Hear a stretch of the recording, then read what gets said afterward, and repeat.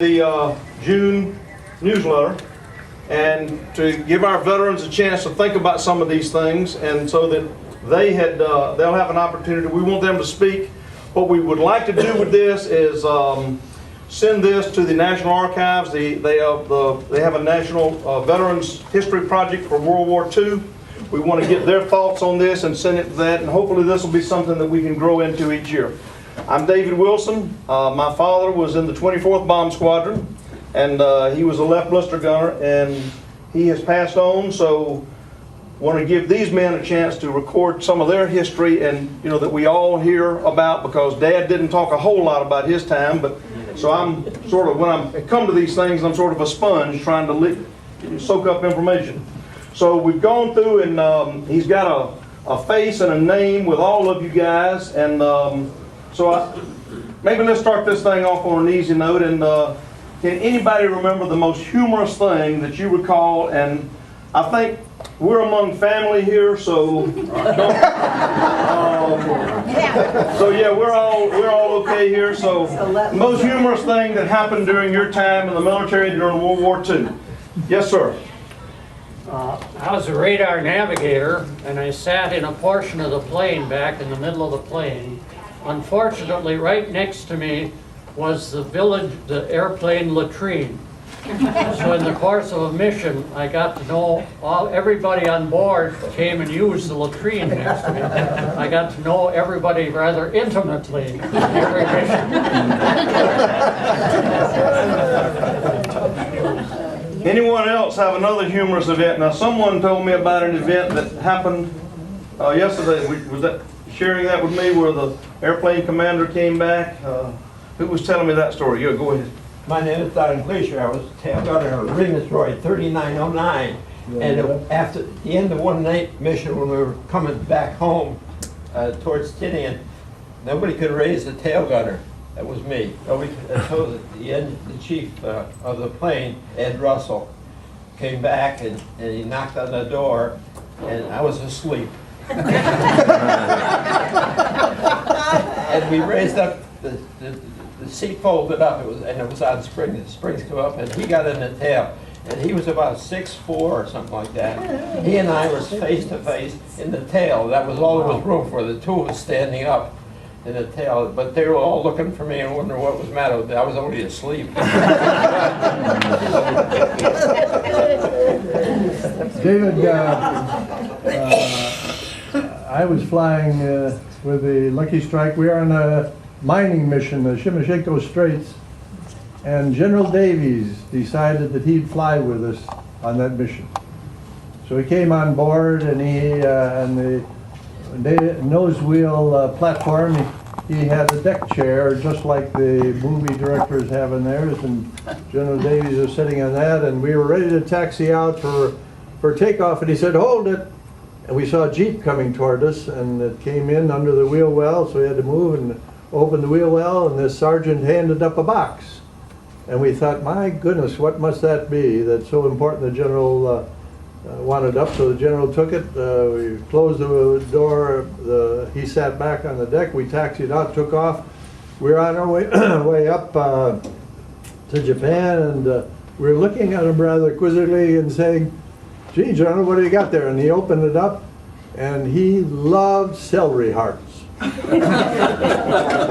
So he had celery hearts brought to him, and a box full, and he said, "Would you like some?" So he gave it to Bob Rudenhouse, our pilot, to George Kemp, the bombardier, and to myself, then back to Bill Sullivan, our navigator, Nick Matro, our radio man.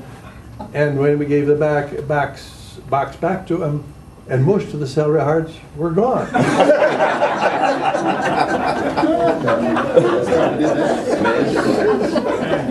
Anyone else got a humorous story? Yes, sir, Mr. Frick. Along that same line, I think we had a lieutenant colonel that flew a mission with us when we went up to Osaka on an incendiary raid. And he was sitting on the box where the automatic pilot was, right between the two other pilots. And we went over Osaka, and we hit the heat, and that plane went up about 1,000 or more feet. And then, of course, as soon as we got out of it, we dropped. And he went up, and then he came down. And of course, he didn't have a seatbelt on. I don't know whether he broke the box he was sitting on. But the pilot, I think, turned to him and said, "Well, this wasn't too bad a mission." It was a very similar mission that we went on to Incendiary to Tokyo when we went through the thermal. I was a right gunner and I was facing the back end of the plane, so I had a good view of our radar man.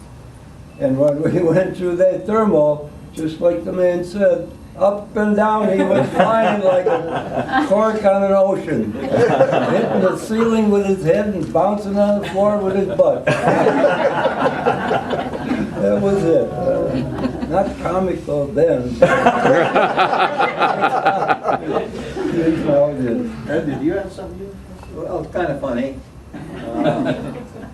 I got a chance to be one of 4 crews that flew nonstop from Japan to Washington, D.C. right after the war.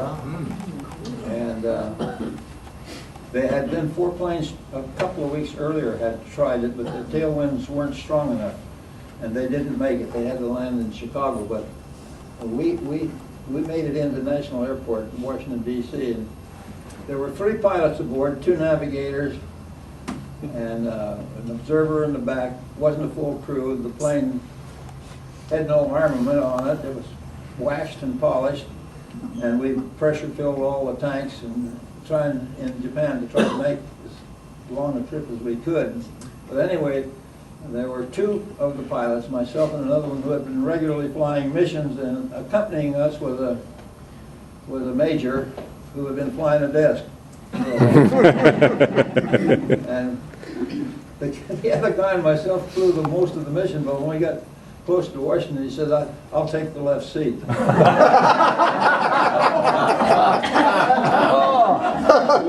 of course, it was a big news item. The Army Air Corps had told all the news media that we're going to do this, and so they were there with all the lights on the field, and we could see him as we came down the runway. Well, this guy hadn't landed in a B-29 in quite a while, and we were a lot lighter than any of us had ever flown a B-29 by that time, because we had no bomb load and had no gas left.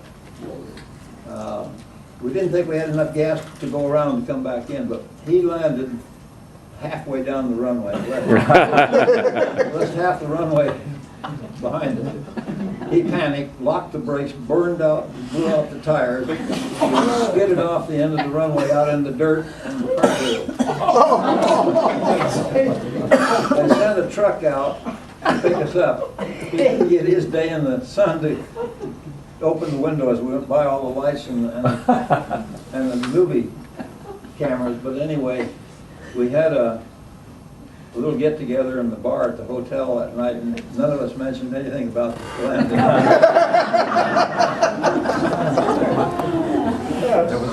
They didn't think it was funny, but...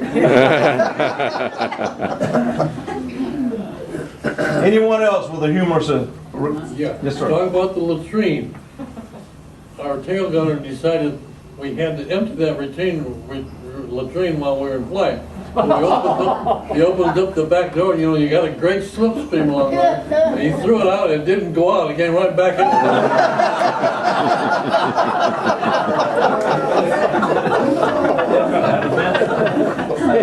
Did any of you have an experience where the gunner's blisters blew out in flight? No. My dad said there was a guy who had, he didn't like the restricted. There's a picture of that guy, yeah. Yeah, and the guy was actually, the blister blew out and he was flapping along the side of the fuselage. It took the whole crew to pull him back in. Did any of y'all know that story? Yeah, I knew that it had happened, but it wasn't in our squadron. So Why did he hang on to? he had a 6-foot-long. He made an emergency strap. Well, he made that himself. He made it himself. That's what Dad said. He fabricated, the thing himself. Yeah. It wasn't regulation. And when his blister blew, he paid for it. Mr. Horst, did you have a humorous experience? Well, when they talked about the guy trying to get rid of the stuff in the. we had an experience. I was in the 40th Squadron, and And I think that everybody on this one mission, it was a high-level daylight mission, everybody who had a cup of coffee at the 40th Squadron mess got sick. I mean, really sick, both ways, and we were looking for all the containers we could find. And I don't think when we went over the target, there were very many of us who were really doing their job. But anyway, we got off the target and lowered down around 12,000, and where we could depressurize anyway. And our flight engineer said, gosh, you know, everybody was really sick. And he said, well, I'll get rid of that stuff, that can. He brought the can out through the tunnel. And now, remember, this is more detailed than you want to know. There was a porcelain in a container, in a stainless steel outer container, and the porcelain in the container had a rim that was curved. So it was hard to, and of course, he opened the pilot, he got it through the tunnel, which is a massive job, if you think about it. And the pilot got out of the seat, opened the pilot's window, and he was going to, you know, let it, just toss it out and hold on, but he didn't want to get his fingers soiled. Therefore, the thing got sucked out, knocked out our number 2. And of course, we had stuff on the side of the airplane. We landed, and the ground crew looked at it and said, boy, we really love you guys. And there's hardly anything we wouldn't do for you, but this is the limit. We had to clean it up ourselves. Is that where they're saying the shit hit the fan? That was the invention of the blender.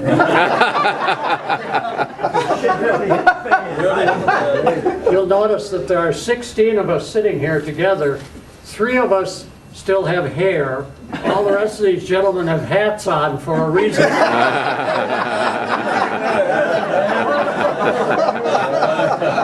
They were voted in high school as the men with the head most likely to recede. One thing I'd ask is, the 16, how many were in the 39th Squadron? Raise your hand. Wow.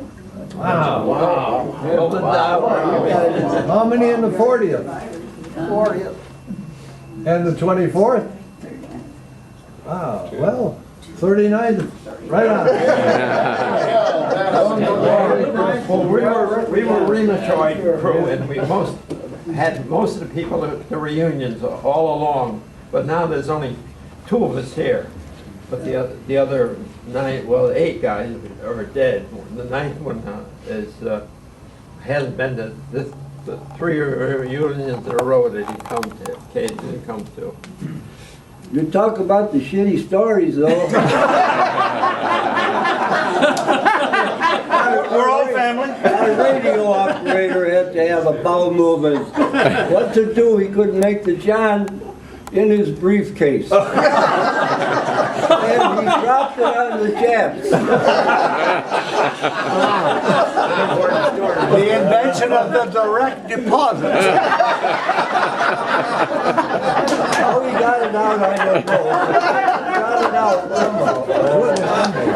It wasn't Bombay. It was like our story on Detroit. After we left the target, the Bombay door was closed, and all got their bombs sitting on the Bombay doors, and they were arming themselves because they were in the slipstream a little bit, and it was flying, and we were out there, and nobody could wear a parachute because you couldn't fit in the Bombay with a parachute. So they left the parachute in. We're out there holding on one hand and kicking with our feet, kicking bombs down after the doors were open.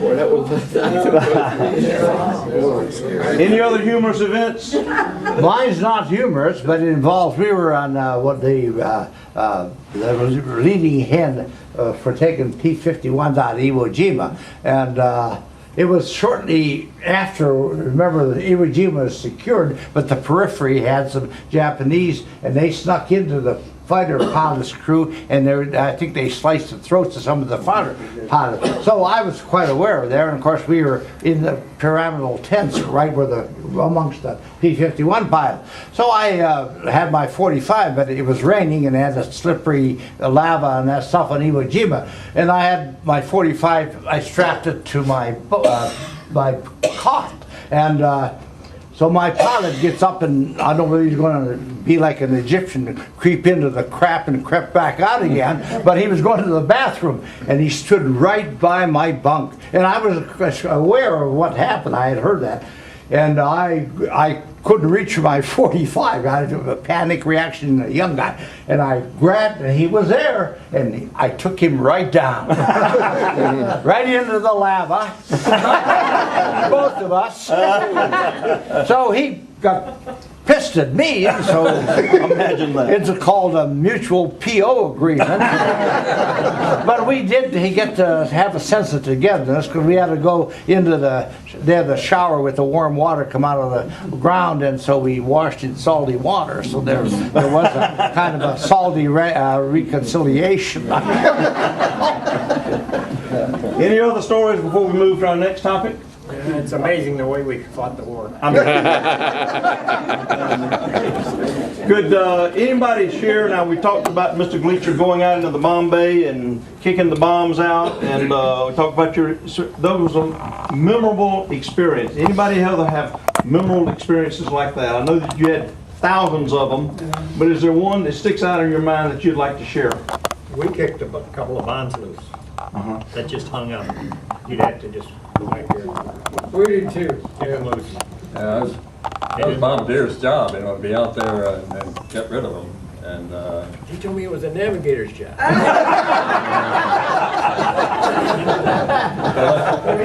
wish I'd known that. A lot of times I had to seek help, you know, if it was a 1,000-pound bomb and the thing, it was dangling on one shackle. Yeah. You need a little, you couldn't do it by yourself, but you're hanging there, you know, you can't wear a parachute. There's not much to hang on to. The little catwalk is about that wide. My feet are longer than that catwalk. And you get out there, and one of you had to go push the thing because you didn't want it to clap, you know, bounce against. And the other guy had to release the shackle. So it was exciting. I spent as much time in the bomb bay as I did in the plane, I think, really. Ours were only 100 pounder incendiaries, and they were on the doors. Oh, really? Yeah. We had a lot of fun with that. Arm. Bobby, remember when we cracked up and the plane broke in half and you guys in the front slid all the way down the runway and us in the tail, it turned over a little bit. And it was at night and we were trying to find the hatch to open the door. I was going like this, and Teddy Killen, God bless his soul, he passed away this year, was down below me doing this, and I finally caught the release and pulled it down. And he says, "You son of a bitch, you hit me in the head." I said, "Teddy, you want to stand here and argue, or should we get the hell out of here?" We could see the damn incendiary bombs were burning. Right, they were burning, they were on fire, and we had anti-personnel things in there, so we had to get out of there. And they said, "Are you going to argue about it?" Or That was the story in the rear part of the airplane. Yeah. The story in front was a little bit different. The normal egress, of course, is through the nose wheel well, which was buried in coral. So the airplane had, in collapsing on the coral, had skewed a little bit, and so everything was pretty much jammed. The thing I remember was standing behind the navigator, who was looking at the flight engineer, who was looking out that escape hatch. And all at once a bomb began, a hunk of coral began to appear at the escape hatch. And we could hear the noise, boom, boom, boom. And all at once the escape hatch came in, and the engineer handed it to the navigator, and the navigator handed it to me, and I handed it to the next guy. We went, both fell off the window one at a time. I walked away and stood there and looked back at the burning airplane. That's the one that, you remember a major, desk flying major, was on a crew, on with us, and he's the only one that got hurt. He broke his arm. Yeah, he was the only one who got hurt. He broke his arm. Anybody else with an experience they'd like to share? Yeah, I think Captain Clay was a very energetic airplane commander, and they took off. They were on a flight, and they were coming back. We'd had Iwo Jima captured by then, so we could all land at Iwo Jima if we wanted. But he checked with his engineer, and the guy said, well, I think maybe we can make it, Captain. And he said, look, I got a poker game on dinner tonight. we gotta stretch it. So they went on, and the flight engineer, manipulating the gas and the engines and all, got in. They took a straight-in approach on North Field, landed, and did not have enough gas to taxi off the runway. You can bet your sweet Pippi that Colonel Gibson just chewed him out.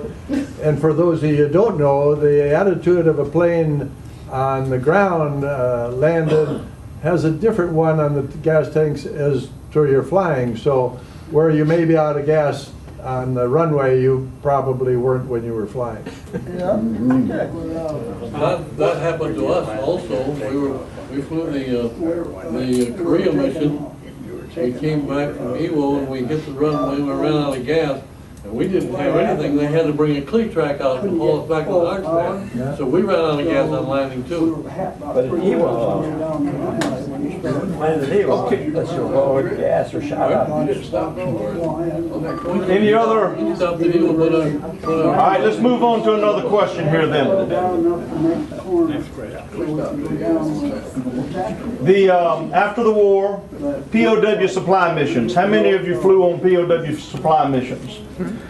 Are there any experiences, your emotions that you felt at that time? Because I've read a lot of World War II history, and it talks about, you know, when the Japanese would see the B-29s flying over, it was a very frightful thing for them. But our POWs had a certainly different take on those B-29s flying over. So can any of you talk anything about POW supply missions and what your feelings were as you saw our POWs on the ground? Yes, sir. Let me interrupt a bit.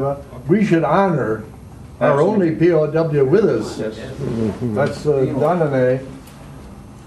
He is the only POW still with the group today. We had 6 originally, but I think he's the only one that came to this reunion.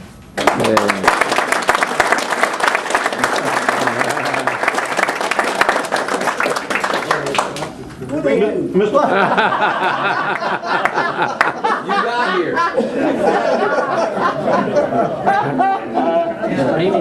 Mr. Frick, you have an experience.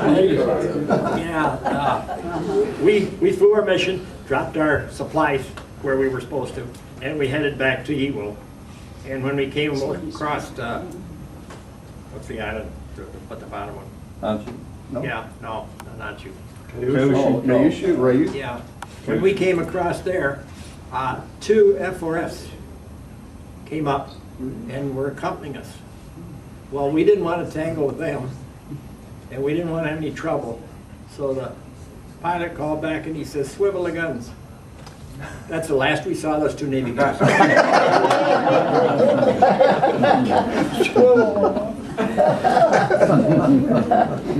Anybody else speak to your emotions on a supply mission? Yes, sir. It's not my emotions, but when we dropped our supplies, the shroud lines got caught in the bomb bay doors and they wouldn't close. So our commander said, "Reagan, I want you to go out there and cut those." Out I went, and scared to death, of course, and cut those, and then sure enough, the bomb bay doors closed. So I was a hero for about 5 minutes.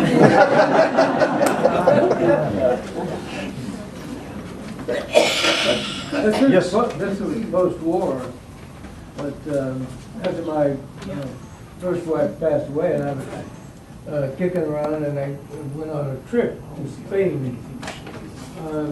Got talking to a guy who'd been on Saipan, and was a POW. And he said, did you guys fly any POW missions? And I said, yeah, we really did. And he said, you sons of bitches, we almost got killed.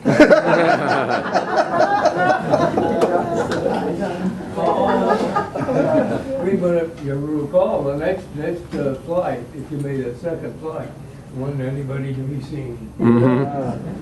I think, did you have an experience, No, Mr. just that, you know, we did see some POWs on the ground on one of the missions, and it was pretty, you know, we were happy to be doing what we were doing. Yeah. It really was. To see somebody who was obviously happy to see us.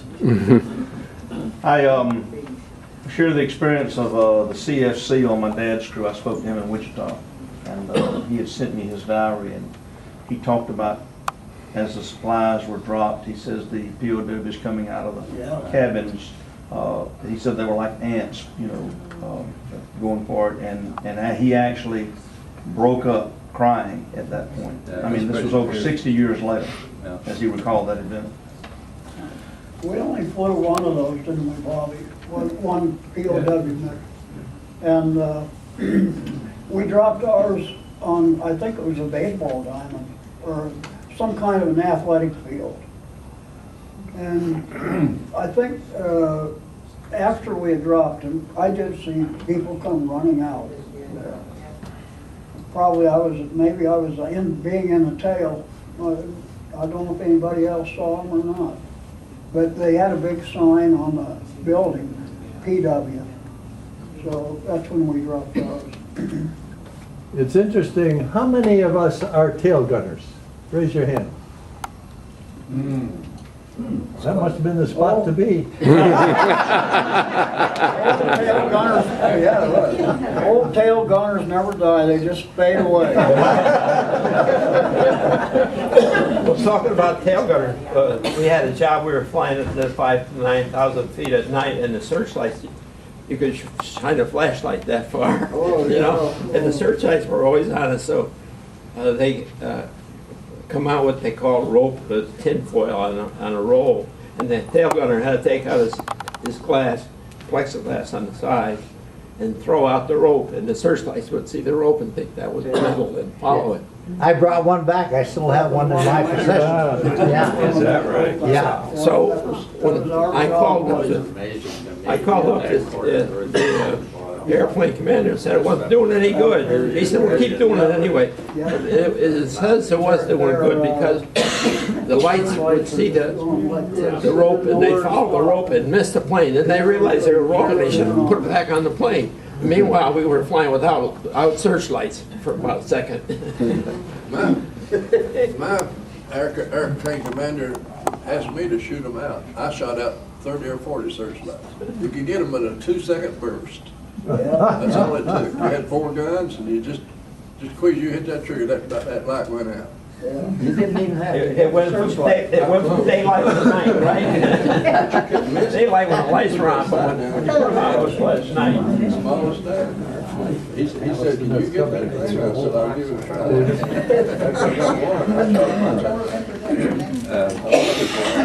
I don't know that anybody remembers Had something that put it out. what we originally called balls of fire.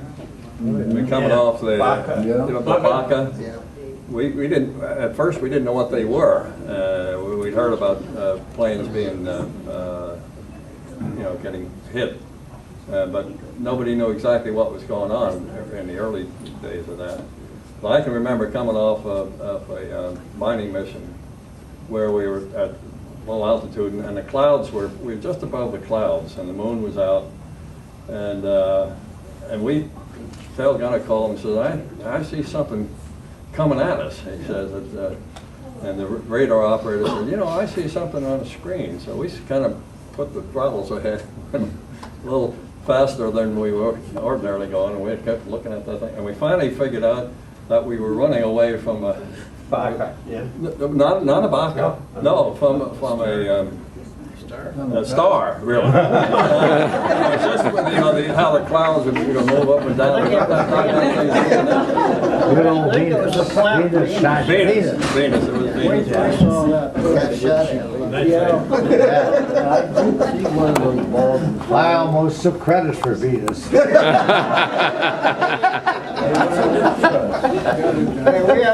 we had some people who were firing at Venus. And they emptied their boxes of bullets. And when we got back to Tinian, their guns were like this. And there it was Venus. Melted away. Yeah. Are you implying that the guns lost their testosterone?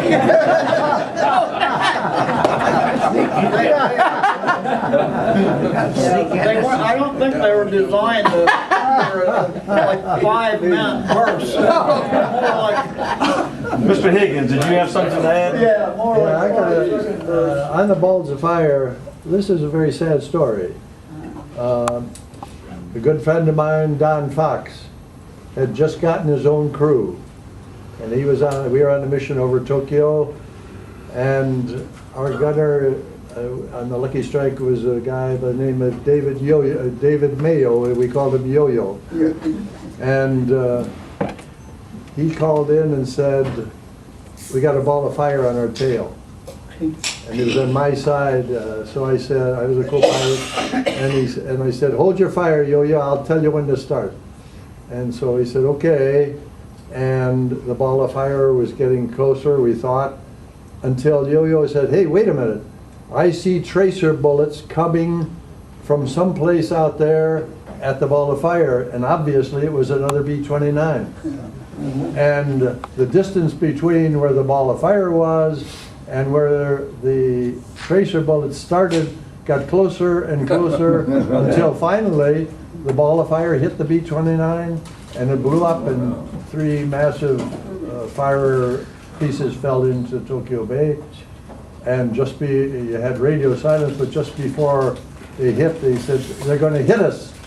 And Don Fox was the airplane commander, a good friend, and his whole crew perished that day. Wow. Wow. So What was the ball of fire? It was a jet, the back end of a jet, the flames from a jet plane that they'd sent up, no landing gear on it. They had a warhead in the front of the plane, no landing gear, so these were kamikaze pilots, the first of the kamikazes. Bob. They were given last rites before they took off. That was called the Baka bomb. Our tail gunner, one was coming in on us, and the tail gunner says, we got an airplane coming in here, and he says, I've never seen anything like this. This was at night. And we said, well, airplane commander said, well, shoot it. Well, at that time, there's a heck of an explosion. That thing blew up before it got to us. They only had a certain length of time that they could fly in that thing. Yeah. And then they didn't get back, it blew up. Well, they were carried aloft by a Betty, Japanese Betty, and they would be released when they got up to altitude, and they had about 30 seconds or so of flying time that they had jet propulsion, and it was full of explosive, and the pilot was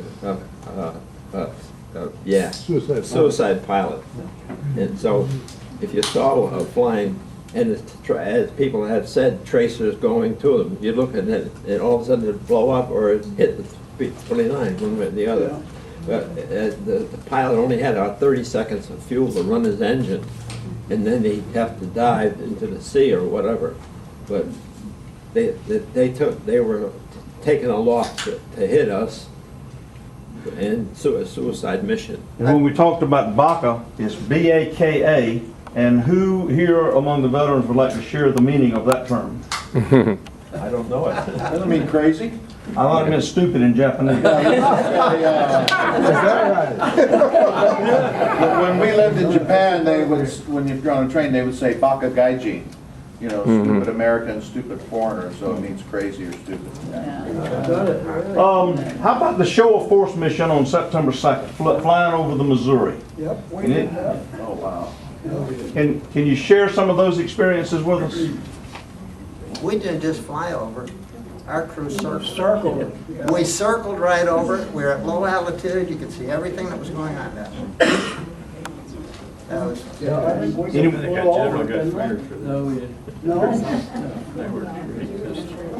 Anyone else? Mr. Vincent? Just saw an awful lot of ships in Tokyo Bay. A lot going on, but we didn't do any circling. It was a show of force. we circled it at 1,000 feet. Our crew was assigned, that was our assignment. Jeez. Anybody have any thoughts they recall from that experience as far as the time they were flying over, knowing that this was the end of World War II? Very emotional.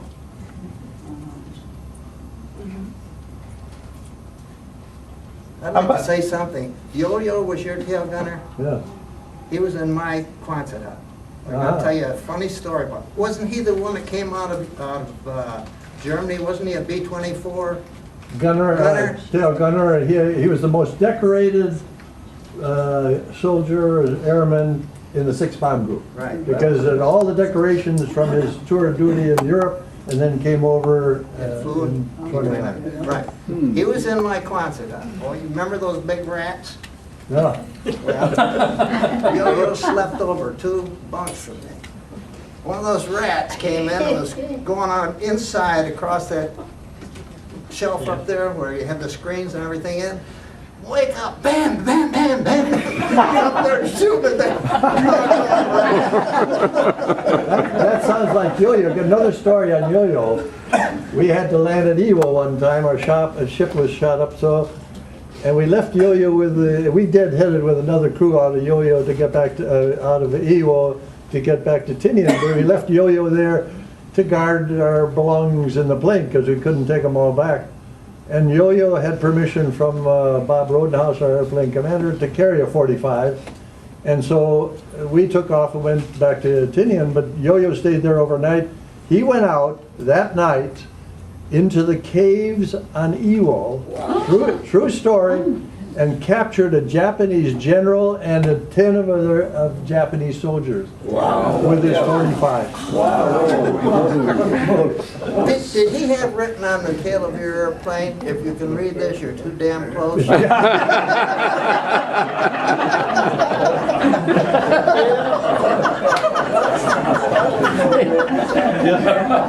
He mentioned the rats. There were a lot of rats on Tinian. Yeah. And when we were in tents, 4 officers of each of 2 crews shared a tent, and we were in the tent with Parsons. Anybody remember Pete Parsons? Big Pete. And one of the guys in his crew, one of his, I think it was co-pilot, grew a mustache, and I think had a little bad diet too. And he was very meticulous about it. He really kept it clean, normally. But we'd been out, and we had something to drink anyway. And he came back, and then we all went to bed about 2:30 in the middle of the night. Boy, some guy wrote screaming bloody murder. I mean, and there was a rat had been sitting on his chest, nibbling on the floor.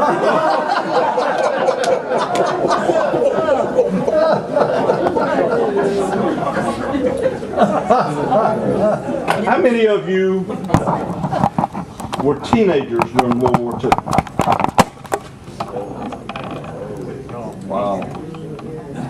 And your time on Tinian, you were teenagers then also? Yeah, I was.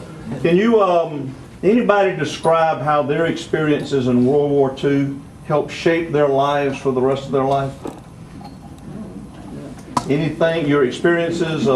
Yes, sir, Mr. Horst? One thing I remember I was in high school. I graduated from high school and enlisted in the Air Corps.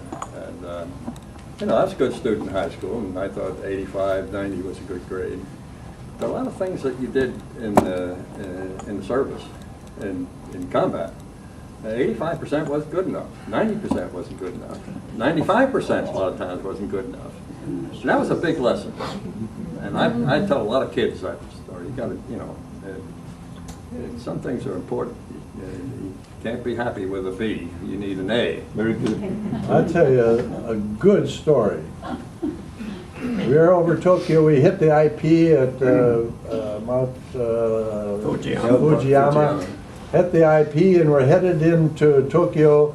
The pathfinders had laid down a path of firebombs, and we were going over, and I was a teenager, George Kemp, our bombardier, was a teenager.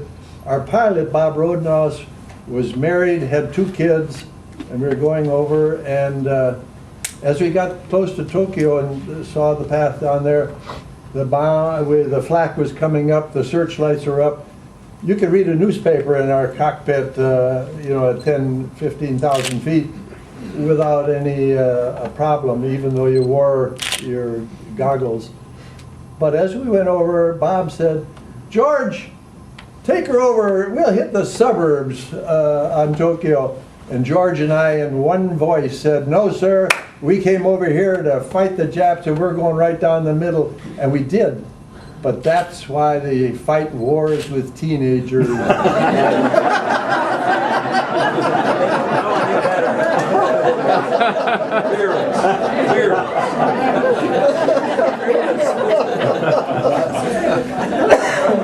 Yes, sir. I was going to say along that line, I went into the service to be a pilot, and it made me a navigator.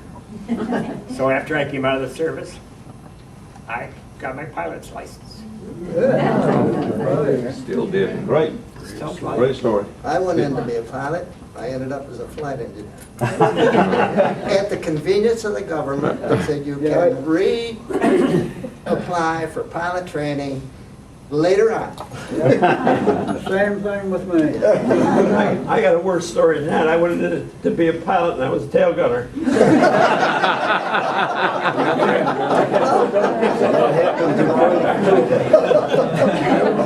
I flunked out of pilot school and I learned not to fly myself again. All of that was for the convenience of the government. I got that message. Well, one thing I can say about it, I ended up with 44 years in aviation. Right. Yeah, that is. I worked for Eastern Airlines for 15 years. I went in after Eastern Airlines, I worked in corporate aviation for Flight Safety International for 5 years. I went to Pan Am, worked in Pan Am for a year, and this was all training crews. From Pan Am, I went to American Airlines and stayed with them for 21 years. Wow. I was a flight engineer simulator, but I started out on the 747 at Pan Am. Wow. Yeah, the training was important for me too, as a radio operator. And when I diplomaed out, I went to work for TWA as a radio operator. Yes, I would sir. like to share a experience that I had with one, if you don't mind. As we were flying to Tokyo one night, before we left the briefing room, it was suggested that we put on the oxygen masks with the idea that it would help us improve our sight. So I put the oxygen mask on, I'm sitting there and I'm looking out my blister and just gazing down because I'm just going up and I'm looking down, and all of a sudden I'm looking down, I see an immense battleship. This thing was, we were going in and he was coming out. And that thing was immense. Blacked out, didn't see anything on it except the fact is that it was a big battleship. So when I get back, you know, the guy takes you to the briefing part, so he tells us I saw this battleship as we went in there. And I don't know whatever happened, but at that particular time, according to the news that I remember, they were trying to find this Japanese ship. It wasn't too long, what, the day or two after that they found that ship. They took care of that. Didn't they scuttle that, Japanese? Huh? Didn't they scuttle that battleship? Dave, we're gonna go, aren't we? There was one sitting on the bottom in About the, 5 till. Is that off right? the coast of Japan. You mean they scuttled it purposely? Yes. It wasn't caught or trapped by us at all, huh? Now, I don't remember the story about it, but I just remember the fact is that, well, then that had to be pretty close to the end of the war then. Yeah, right. Okay, that's right, okay. Do any other veterans have anything they'd like to share? We're about 5 minutes away from our next event. I will tell you that when I was a young boy, all the guys that I admired were Mickey Mantle and Willie Mays and Bart Starr and those guys. And I think we've lost the definition of a hero today. Those guys are not heroes. You men are our heroes.